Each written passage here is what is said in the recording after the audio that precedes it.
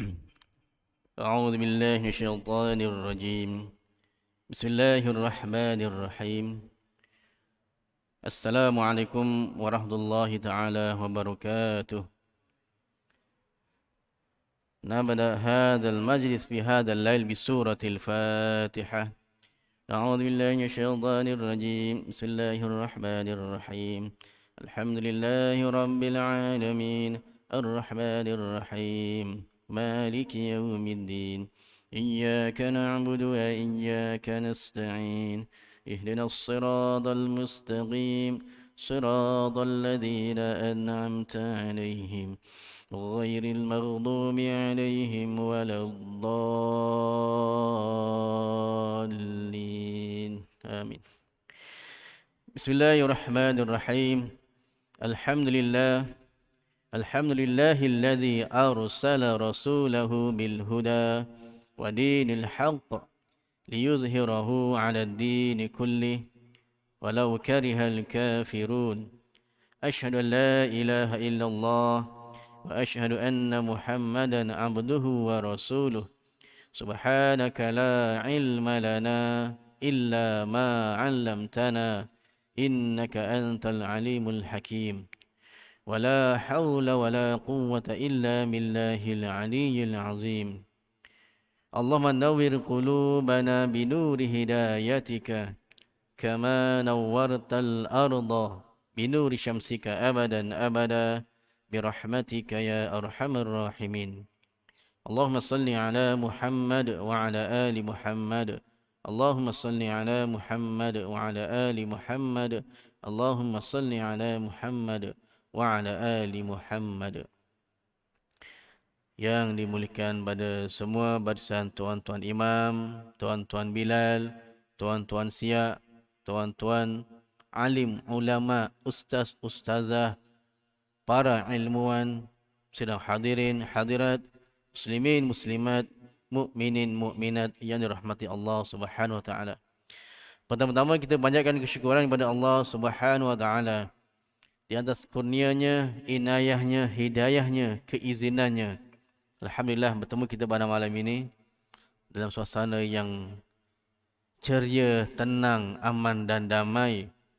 Walaupun di luar sana ada isu-isu yang menyebabkan kita rasa panas, ya, berlaku pula di bulan korban. Rasanya macam nak korbankanlah mereka ini yang cuba mencemarkan nama Islam. Ya. Kita pun tak tahu apa yang dicari oleh mereka-mereka ini. Sebab mereka juga orang Islam. Orang Melayu. Mak bapaknya pun Melayu. Nabinya pun Nabi Muhammad. Tuhannya Allah Ta'ala. Tetapi kenapa mereka menghina Nabi, mencerca Nabi, menghina agama Islam, menghina Allah Ta'ala? Apa matlamat dan tujuan mereka ini? Ya? Kita pun rasa geram. Rasa nak je korbankan mereka bertiga ini. 3 orang ya. Yang perempuan seorang di kelab komedi. Saya pun tak tahu apa komedinya. Ya. Bila komedian kelab ini biasanya mempamerkan bakat-bakat baru dalam komedi. Tapi ini bukan komedi, ini memang cari pasal. Ya, memang cari pasal, tak ada komedinya. Tak ada lawaknya pun. Bila dia buka pakaian tu, apa lawaknya? Ya, rasa geram aja. Apa tak bugil terus? Halang-halang separuh bugil. Geram kita tengok ya. Daripada elok bertudung. Tak kisahlah tahfiz 30 juzuk ke, 50 juzuk ke. Orang bukan nak tengok juzuknya. Orang nak tengok hasil tarbiyahnya. Hasil dia punya ilmunya. Tapi itulah yang berlaku. Yang dah kena bedal, yang dipucung ya. Itu pun tak tahulah apa matlamatnya. Ya. Bila dia bedal, ingatkan dia kebal. Sebab dia berani sangat. Ya, bila dia berani, kita duk fikir juga, dia ni ada ilmu kebal kan, tu dia berani. Bila datang, tengok macam tu juga. Ya, pecah juga hidungnya. Yelah. Itu yang kadang-kadang kita fikir-fikir, kena ada juga di kalangan kita ni yang agak samsing-samsing ni nak bagi pengajaran. Semua baik sangat pun susah juga. Siapa nak bagi pengajaran? Tapi dalam benda-benda beginilah, maksud sebagai pengajaran, kita kena tunjukkan sesuatu yang kita ni tegas sebenarnya dalam mempertahankan kesucian agama Islam. Dan kita mengharapkan supaya pihak yang berwajib, kerajaan, jabatan agama dan yang sepatutnya ambil tindakan yang sewajarnya kepada mereka ini. Wallahu alam, sekadar pembuka bicara pada malam ini. Untuk kita sama-sama ambil iktibar. Kita pun jangan lakukan seperti mana yang mereka lakukan. Baik. Kita masih lagi membicarakan tentang penjelasan mengenai tauhid uluhiyah. Ya. Bagi yang ada kitab, muka surat 73. Saya kira benda ni ada di depan. Ada kot. Saya tak pasti. Ada sebenarnya. Siapa yang nak buka-buka lah. Ya. Baik. Firman Allah Ta'ala tersebut telah jelas menunjukkan bahawa tauhid uluhiyah, yakni tauhid yang berasaskan kepada pengibadatan, penyembahan kepada Allah SWT dengan makna ijmal atau makna yang menyeluruh ialah bermakna la ma'budah bihaqqin fil wujudi illallah. Ya. Dan kalimah tauhid uluhiyahnya dalam kalimah la ilaha illallah itu ialah la ma'budah bihaqqin fil wujudi illallah. Maksudnya tiada sesuatu pun yang wujud yang berhak disembah dengan sebenar-benarnya melainkan Allah Subhanahu wa taala. Ya. Tidak ada yang lain yang wujud selama-lamanya yang bersifat esa dan tunggal. Ya. Istilah selama-lamanya bukan bermakna dia wujud ada awalnya kemudian tiada mati akhirnya. Memang dia wujud tiada permulaan dan tiada pengakhiran. Huwal awwalu wal akhiru. Dan inilah yang dikatakan mentauhidkan ketuhanan yang terkandung dalam makna kalimah tauhid la ilaha illallah. Dan di bawah kalimah tauhid ini juga terkandung makna aqaid al-iman, iaitu akidah iman. Sudah disebutkan sebelum ini dalam kalimah la ilaha illallah itu apa dari segi kandungan akidahnya, iaitu sifat yang wajib, yang mustahil dan yang harus bagi Allah Subhanahu wa taala. Manakala dalam kalimah Muhammadur Rasulullah pula ada kandungan akidah, iaitu sifat yang wajib, sifat yang mustahil, sifat yang harus bagi Rasul. Sebab itulah dalam kalimah la ilaha illallah Muhammadur Rasulullah terdapat 50 aqaid al-iman, iaitu 50 akidah iman. Ya. Ingat lagi formula tu ya, bila dicampur. Ya. Sebab 20 sifat yang wajib bagi Allah, 20 sifat yang mustahil bagi Allah, satu sifat yang harus bagi Allah, maka semua ada 41. Dan bagi Rasul pula 4 sifat yang wajib bagi Rasul, 4 sifat mustahil bagi Rasul dan 1 sifat harus bagi Rasul, 9 semuanya. Maka 41 tambah 9 jawapannya 50. Macam belajar matematik pula. Ya? Di situ ada 50 aqaid al-iman. Nak dipecahkan lagi, la ilaha illallah ada 41 bagi Allah Ta'ala dan Muhammad Rasulullah ada 9 iaitu bagi Rasul, iaitu Muhammad sallallahu alaihi wasallam. Ya. Sehubungan dengan ini, tauhid uluhiyah tertakluk di bawah tauhid asma was sifat. Ya. Asma was sifat, asma tu nama-nama. Sifat tu dia bersifat lah. Sifat Allah. Ya. Iaitu dengan makna yang ijmali ialah mengiktikadkan dengan iktikad yang jazam. Maksudnya kita yakin dalam hati kita dengan keyakinan yang jazam.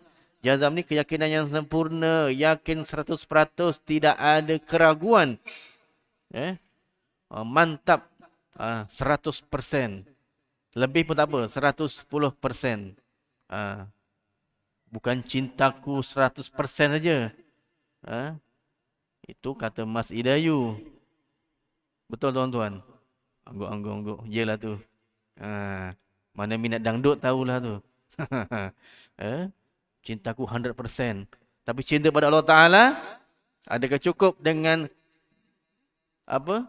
Dengan keyakinan saja tanpa amalan? Tak cukup. Ya, sebab tu dia ada kombinasi antara iman dan Islam. Rukun iman tu kepercayaan. Yakin 100%. Ya, Allah itu Tuhan kita. Nabi itu Nabi kita. Malaikat mana beriman semua rukun iman. Tapi tak ada pengamalan. Tak ada pembuktian dengan solatnya, dengan puasanya. Maka tak cukup. Masih beriman. Tetapi beriman mukmin yang berdosa. Mukmin yang derhaka sebab masih tak melaksanakan. Dia tak cukup dengan keyakinan. Tapi kena dengan amalan sebagai bukti. Keyakinan kepada Allah Ta'ala. Ya, bukti iman pada Allah Ta'ala dengan melaksanakan solat. Sebab tu bukti kita beriman pada Allah. Ya. Allah cakap je, beriman? Ya, beriman. Tak cukup. Kena ada bukti pengamalan. Ya. Baik, tadi keyakinan yang jazam, keyakinan yang yakin 100%, tiada keraguan bahawa Allah Azza wa Jalla adalah bersifat dengan sifat-sifat yang sempurna. Yattasifu bisifatil kamal. Bersifatnya dengan sifat-sifat yang sempurna. Kamal. Ya. Kamal tu sempurna. Ya. Kalau bahasa Inggeris, camel tu unta. Ini kalau kamal bahasa Arab maknanya sempurna. Dan maha suci daripada segala sifat kekurangan. Dan Allah bersendirian melakukan semua perkara yang di alam ini tanpa bantuan daripada mana-mana pun pihak. Ya. Mana disebut tadi bahawa kita percaya, yakin dengan Allah Ta'ala, asma' wa sifatnya yang sempurna, tanpa kekurangan. Ya. Sebab itulah disebutkan Maha Suci Allah. Apa Maha Suci Allah tu? Subhanallah tu Maha Suci Allah. Maknanya ialah sucinya Allah daripada segala kekurangan. Jadi kita selalu bertasbih tu. Subhanallah Maha Suci Allah. Subhanallah Maha Suci Allah. Apa makna sucinya? Bukan makna suci bersih. Daripada najis. Bukan.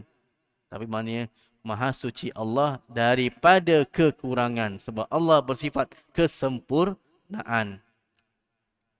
Ya. Dan Allah melakukan segala-galanya dalam mentadbir alam ini secara bersendirian. Tidak ada sekutu. Tidak ada bantuan daripada mana-mana pihak. Ya. Sebab Allah itu asa, satu, tunggal. Bukannya satu Malaysia. Satu Malaysia. Ini satu asa tunggal bagi Allah Ta'ala. Ya. Yang mana sudah pasti dia mentadbir alam ini dengan sendiri tanpa bantuan daripada pihak lain.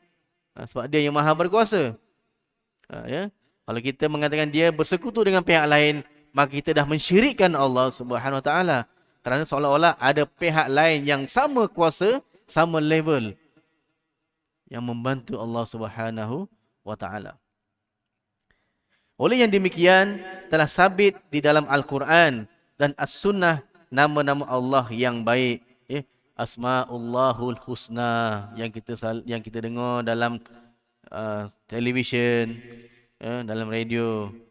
Nas'aluka ya man huwallahu allazi la ilaha illa huwar rahmanur rahim. Rahman ar-Rahim, Al-Malik, Al-Qudus, As-Salam, Al-Mu'min. Banyak sampai yang ke-99 yang dikatakan nama-nama Allah yang terbaik.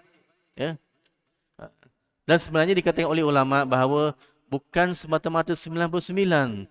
Kalaulah ada nama-nama lain yang mungkin tidak termasuk dalam 99 itu, tetapi menunjukkan kehebatan, keagungan Allah Ta'ala, maka itu juga hak bagi Allah Subhanahu Wa Ta'ala. Kita tak nak sampaikan, 99 ni saja. Lebih daripada 99, bukan nama Allah Ta'ala. Bukan sifat Allah Ta'ala. Ya? Mana-mana yang menunjukkan kehebatan, keagungan Allah Ta'ala. Kalau kita jumpa luar daripada nama-nama yang 99, ia juga hak Allah Subhanahu Wa Ta'ala. Ya. Saya rasa lain kuliah kali, sebab banyak nak teling ke kanan rasanya. Sebab ramai sebelah kanan. Selalu depan sikit-sikit kiri kanan. Ini lebih ke sana. Saya ingat meja depan ni kena sengit kan lah. Eh, eh, Semua nak bersandarkan tiang-tiang. Sian, kena tak tiang kat sini tengah-tengah lah. Baru orang ramai kat sini. Ya. Ya. Baik. Tak apalah. Yang penting tuan-tuan dapat dengar pun Alhamdulillah. Dia syukur. Ya. Baik, tadi sebutkan bahawa nama-nama Allah yang baik iaitu Asma'ullahul Husna. Ya. Yang mana sifat-sifat sempurnanya tidak boleh diubah, ditukar ganti, dipinda, ditolak, diingkari. Di mana perkara-perkara ini adalah menjadi asas tauhid asma wa sifat yang tertakluk di bawah 3 perkara berikut. Ya. Maknanya dengan adanya nama-nama Allah yang baik ini, ya, Asma'ullahul Husna wa sifatuhu, maka benda-benda ini tidak boleh diubah, diganti, dipinda, ditolak, diingkari. Ya, kita kena terima. Dengan di bawahnya itu ada 3 perkara penting. Yang pertama, membersihkan Allah Azza wa Jalla dari sifat-sifat yang menyerupai sifat makhluk. Ya. Dan dari apa-apa jua sifat makhluk yang membawa kepada sifat kekurangan. Ya. Kita tahu tadi disebut bahawa Allah itu bersifat dengan sifat yang sempurna. Ya. Dan tidak bersifat dengan sifat makhluk yang lemah. Yang ada makhluk ini meminjam sifat Allah Ta'ala yang dengan kadar yang sangat kurang yang Allah pinjamkan kepada kita. Contoh, Allah bersifat maha melihat, kita pun melihat. Allah maha mendengar, kita pun mendengar.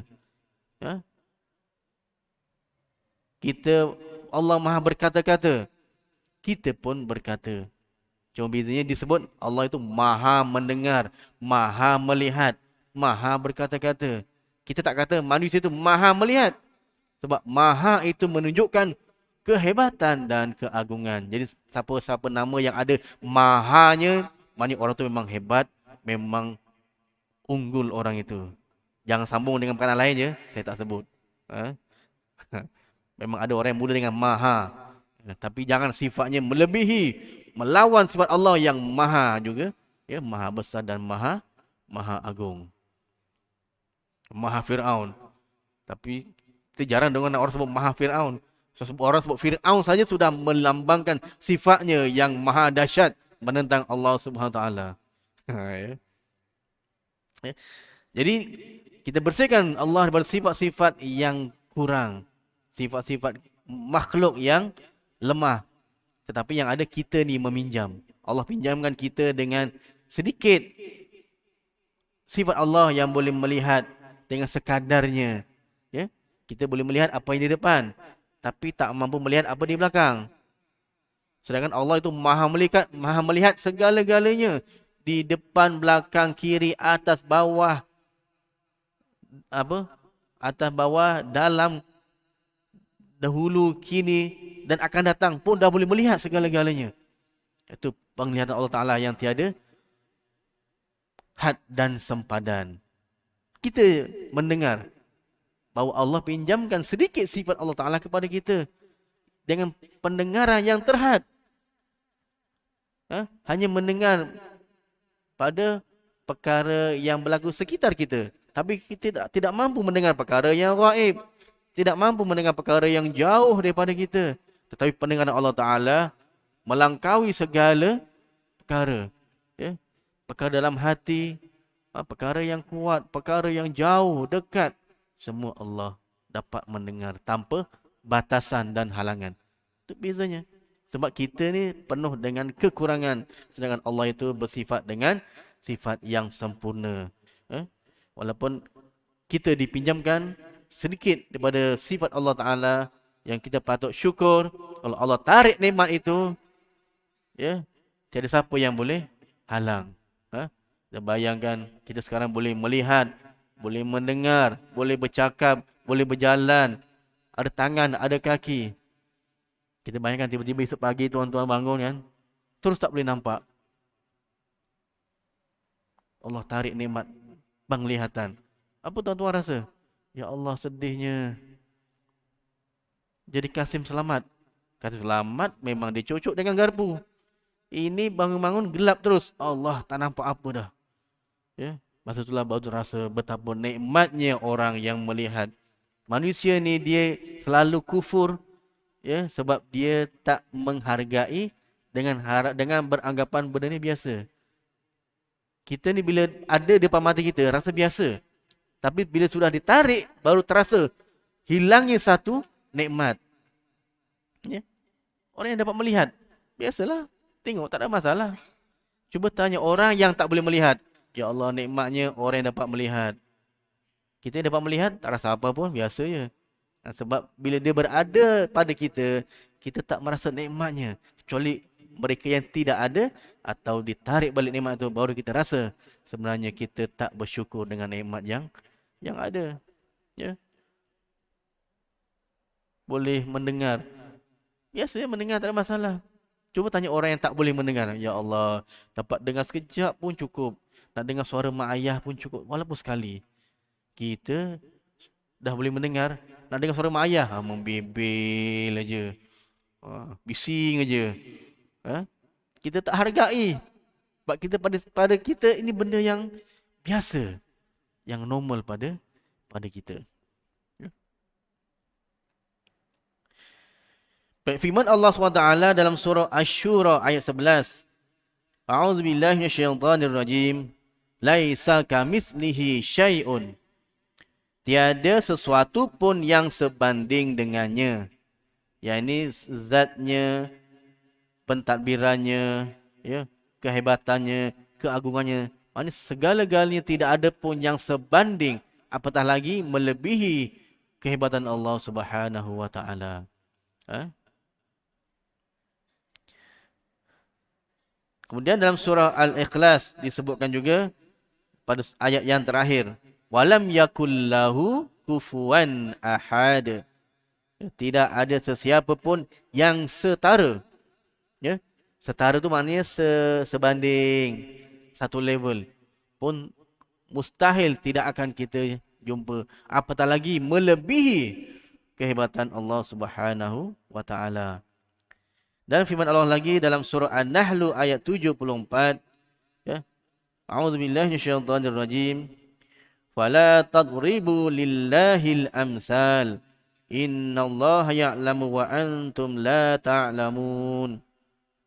Maka janganlah kamu mengadakan sesuatu yang sebanding dengan Allah Subhanahu wa taala. Kerana sesungguhnya Allah mengetahui setakat mana buruknya syirik kamu, sedang kamu tidak mengetahui. Ya, mana Allah melarang kita, jangan kamu mengadakan sesuatu yang sebanding dengan Allah Subhanahu wa taala. Ya, sebab tidak akan ada sesuatu pun yang sebanding dengan kekuasaan, kehebatan dan keagungan Allah Subhanahu wa taala. Itu yang pertama, ya. Kita membersihkan Allah, ya, daripada sifat-sifat kekurangan, seperti mana sifat-sifat makhluk. Yang kedua, mempercayai nama-nama Allah, yakni Asma'ullahul Husna, ya, nama-nama yang terbaik, dan sifat-sifat Allah yang sabit di dalam Al-Quran dan As-Sunnah. Di dalam Al-Quran, lafaz Asma'ul Husna didapati dalam 4 surah. Ya. Perkataan Asma'ul Husna tu disebut dalam 4 surah, iaitu surah Al-A'raf ayat 18, surah Al-Isra ayat 110, surah Taha ayat 8 dan surah Al-Hasyr ayat 24. Ya. Tapi saya tengok, bila saya tengok yang surah Al-A'raf ayat 18, saya tak pasti. Dalam buku tulis Al-A'raf ayat 18. Tapi saya cek tadi, yang ada memang pada surah Isra ayat 110, surah Taha ayat 8 dan surah Al-Hasyr ayat 24 memang ada menyebut, ya, Asma'ul Husna memang disebut. Ya, kita boleh tengok contoh, ya.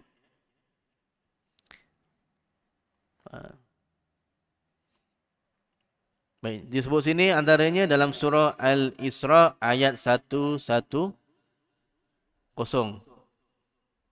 Ya, yang berbunyi A'udzu billahi minasyaitonir rajim. Qul ud'ullaha aw ud'ur rahman ayyamma tad'u falahul asmaul husna wa la tajhar bisalatika wa la tukhafit biha wabtaghi baina zalika sabila. Ya. Kemudian dalam surah Thaha ayat yang ke-8. Ya. A'udzu billahi minasyaitonir rajim. Allahu la ilaha illa huwa lahul asmaul husna. Allah tiada Tuhan yang berhak disembah melainkan Dia, baginya segala nama yang terbaik. Dan satu lagi dalam surah Al-Hashr ayat 24. A'udzu billahi minasyaitonir rajim. Wallahul khaliqul bari'ul musawwirul lahul asmaul husna yusabbihu lahu ma fis samawati wal ard wa huwal azizul hakim. Dialah Allah yang menciptakan segala makhluk, yang mengadakan dari tiada kepada ada, yang membentuk rupa makhluk-makhluknya menurut yang dikehendakinya. Baginya nama-nama yang sebaik-baiknya dan semulia-mulia. Bertasbihlah kepadanya segala apa yang ada di langit dan di bumi, dan Dialah yang tiada bandingnya lagi maha bijaksana. Ini ada beberapa ayat Quran yang menerangkan tentang Asmaul Husna, ya, yang mana ia adalah nama-nama yang terbaik bagi Allah Subhanahu wa taala. Baik, nama-nama Allah ini Imam Bukhari dan Muslim meriwayatkan dalam hadis daripada Abu Hurairah radhiyallahu anhu bahawa Nabi sallallahu alaihi wasallam bersabda, "Innallaha tis'ata wa tis'ina isman man ahsaha dakhalal jannah." Sesungguhnya bagi Allah itu ada 99 nama. Sesiapa yang memerhatikan maknanya, yakni dengan memikir tujuan maknanya dan beramal dengannya, dengan tuntutan maknanya itu, maka mereka akan masuk syurga. Ya, ini hadis Imam Bukhari dan Muslim, maknanya hadis sahih. Ya, riwayat daripada Abu Hurairah radhiyallahu anhu. Ya. Abu Hurairah ni bapa kepada anak kucing. Dia ada ceritanya. Ya. Sebab dari segi bahasa Arab, hirrun. Hirrun tu ataupun qitun maknanya kucing. Anak kucing. Ya. Hirratun kucing, anak kucing betina. Daripada hirratun jadi Hurairah, Abu Hurairah. Sebab satu ketika pernah, antaranya ialah Nabi ketika tu Abu Hurairah dia pegang anak kucing berada dalam jubah dia. Nabi bertanya, apa itu? Apa benda tu? Kucing. Oh, jadi Nabi panggilkan dia dengan bapa kepada anak kucing. Jadi Abu Hurairah. Ya. Itu antara ceritanya. Dia ada kisah yang lain, tapi salah satu kisahnya yang itulah yang Nabi panggil dia dengan Abu Hurairah. Ya, bapa kepada anak kucing.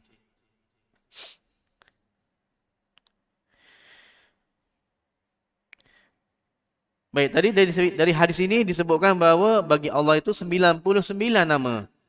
Siapa yang memerhati maknanya, bukan setakat memerhati duk tengok aja. Tuan-tuan baca Quran tu buka pada permulaan tu ada kan nama-nama Allah tu kan, Asmaul Husna. Duk baca je. Ar-Rahman, Ar-Rahim, Al-Malik, Al-Qudus. Bukan duk setakat baca je. Duk memerhati tulisannya macam mana. Tulisannya cantik ke? Dia diguna khot apa? Khot nasah ke, khot sulus ke. Bukan duk suruh perhati itu. Maksud perhati itu kita dalami, tadabbur setiap maknanya, kita fahamkan dan kita amalkan dalam kehidupan. Bila kita Ar-Rahman, kita fahamkan, oh, Allah bersifat pemurah, Ar-Rahim, pengasih. Kita dalami, kaji apa makna Allah tu bersifat Ar-Rahman, apa sifat Ar-Rahim, apa kaitannya dengan kita sebagai hamba Allah, yang mana Allah bersifat Rahman dan Rahim kepada hamba. Mana kita fahamkan dan kita hayati dalam kehidupan. Bukan duk kata, bila kata perhati tu, duk tengok tulisannya je. Oh cantik, tak cantik tulisannya. Quran sana tulisannya lain. Quran sini tulisannya lain. Sana khat sulus, sini khat nasah. Oh yang sini lagi cantik. Bukan nak tengok cantik tak cantik. Kita nak fahamkan apa yang terkandung dalam kalimah itu. Itu yang perlu dikatakan. Bila kita faham, kita beramal dalam kehidupan, maka mereka akan masuk syurga. Ya? Betul lah bila kata macam hadis Nabi. Bila Nabi kata, Man qala la ilaha illallah dakhalal jannah. Barang siapa yang menyebut la ilaha illallah sebelum mati, masuk syurga. Kita pun senang je masuk syurga ya. Senang masuk syurga. Tapi ingat syurga tu macam syurga bapak kita ke? Senang nak masuk macam tu je. Memang sebut la ilaha illallah tu masuk syurga. Tapi nak menyebut tu di akhir hayat kita, perlukan kombinasi. Adakah hidup kita ni hidup dengan bersyariah ataupun tidak? Amalkan ajaran Islam ataupun tidak? Kalau kita dekat dengan Quran, dekat dengan agama, ya, kita hayati kehidupan yang sebenar berdasarkan Quran dan Sunnah, insya-Allah kita boleh sebut di akhir hayat kita la ilaha illallah. Tapi kalau hidup pun tak sembahyang, duk melawan aja, macam 3 orang tadi tu yang nak kena sembelih rasanya. Yang senang-senang di hujung akhir hayat dia nak la ilaha illallah, walaupun hidup tak pernah sembahyang. Tapi kalau Allah kehendaki, kun fayakun boleh jadi. Cuma kita bercakap berdasarkan kehidupan manusia yang biasanya begitulah. Sebab kematian kita ni biasanya menunjukkan kehidupan kita di dunia. Betul tak? Biasanya di akhir hayat kita ini, dia akan menunjukkan bagaimana kita hidup di dunia. Kalau kita hidup kita di dunia dengan penuh amal kebaikan, insya-Allah masa matinya kita akan nampak, insya-Allah. Tetapi bila kita hidup kita penuh dengan kejahatan, dengan dosa, biasanya Allah tunjukkan ketika kita mati. Walaupun begitu, kita jangan bersangka buruk. Walaupun Allah dah tunjukkan tanda-tanda keburukan, kita niatkan yang baik saja. Mudah-mudahan mayat ini, ya, mayat yang diredai. Jangan duk kita, tengok macam ahli neraka ni. Duk cakap dengan orang buat tu, kau tengok mayat tu, ini memang confirm ahli neraka ni. Macam dia pula duk pastikan dia ni neraka ke tak maksudnya. Ya, tidak begitu. Kita tak tahu hujung akhir hayat kita. Ya, jangan kita mengadili. Walaupun kadang-kadang kita nampak tanda-tanda itu, tapi janganlah kita berkata-kata yang buruk. Doakanlah yang terbaik. Ya. Sebab kita tak tahu hakikat sebenar.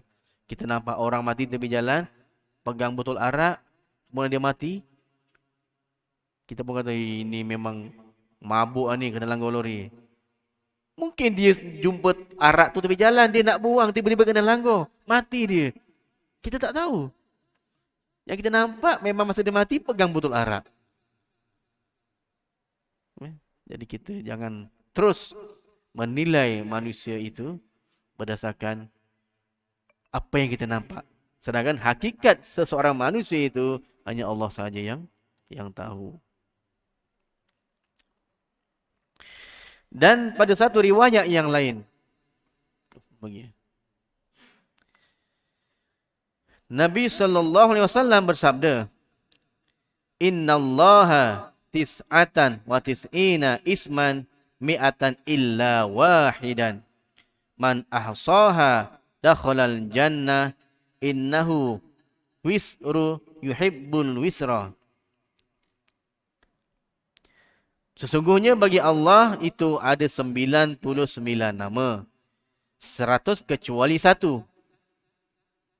Samalah manis 99 kan. 100 kecuali 1, mana tolak 1, 99. Ya, bahasa Arab kadang-kadang begitu, dia guna bahasa yang macam terpusing-pusing, tapi makna itu juga. Macam kalau kita kata jam kan dalam bahasa Arab. Apa? Contoh pukul 9, pukul 8.45 nanti kan. Kita boleh sebut tu pukul 9. Fi sa'ati at-tasi'ah pukul 9 illa rubu' kecuali tolak 15 minit. Lepas tu ada bahasa Arab begitu. Ya. Kam sa'ah al-an? Al-an as-sa'ah at-tasi'ah illa rubu'. Maknanya di segi makna dia sekarang pukul 9. Tolak 15 minit. Tolak suku jam lah. Ar-rubu' tu suku.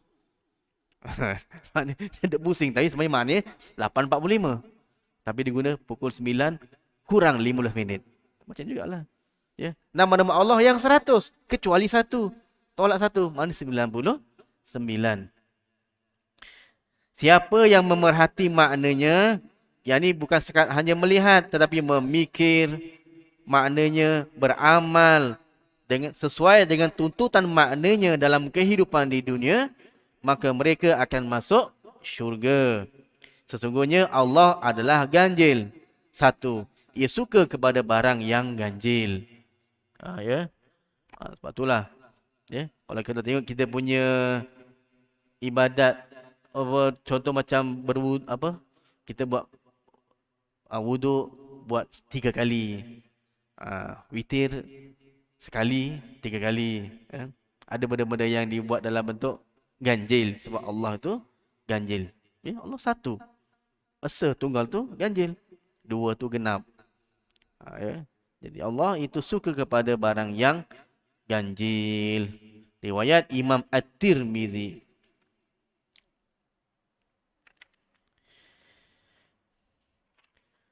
Baik, mempercayai sifat-sifat Allah ialah mengiktikadkan bahawa Allah Subhanahu Wa Taala bersifat dengan sifat kamalat. Ya, sifat kesempurnaan yang tidak mengetahui sifat-sifat tersebut melainkan Allah jua. Kerana Allah Azza wa Jalla sahaja yang lebih mengetahui dirinya dan sifat-sifatnya. Ya. Walaupun kita didedahkan dengan Asma'ullahul Husna, nama-nama Allah yang terbaik, sifat-sifat Allah, ya. Kebanyakan sifat-sifat yang wajib, mustahil, yang harus. Tapi sekadar itu saja, sekadar makna dan kita boleh mengkaji sekadar yang kita mampu. Tetapi hakikat sebenarnya zat Allah itu, nama Allah itu, sifat Allah itu hanya Allah sahaja yang tahu tentang dirinya, tentang zatnya.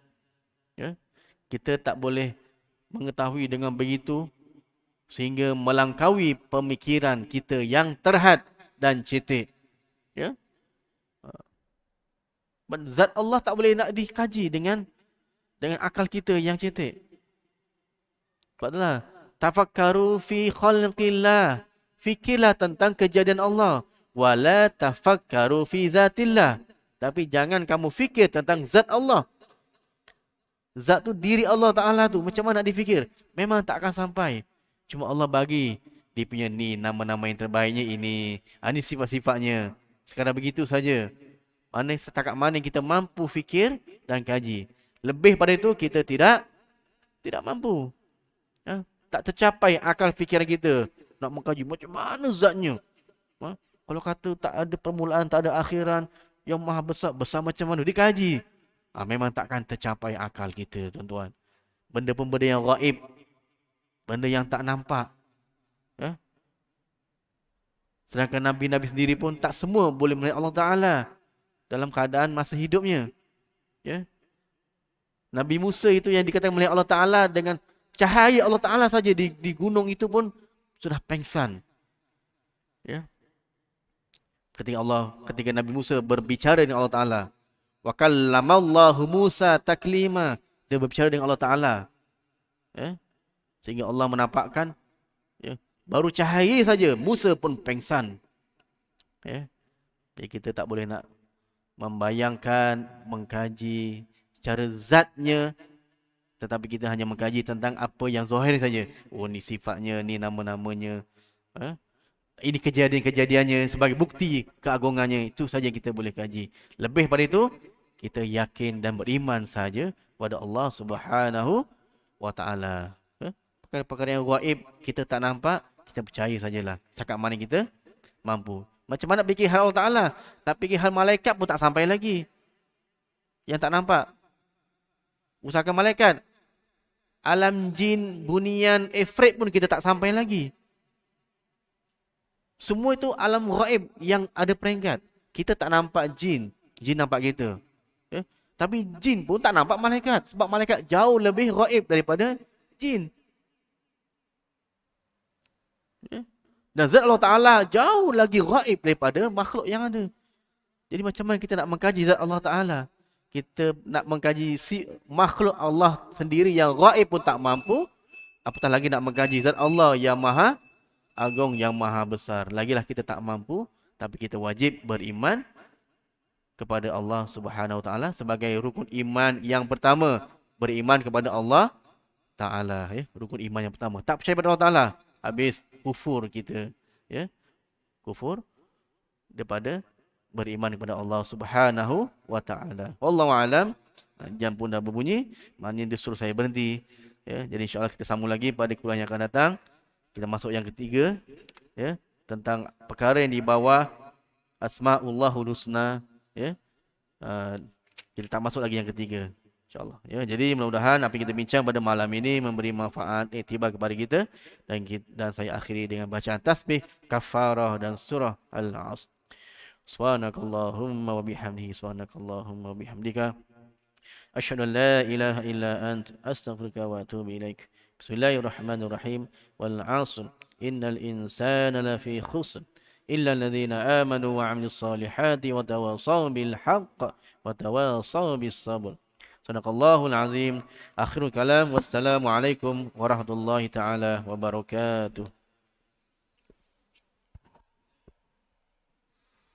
الله أكبر الله أكبر الله أكبر الله أكبر. أشهد أن لا إله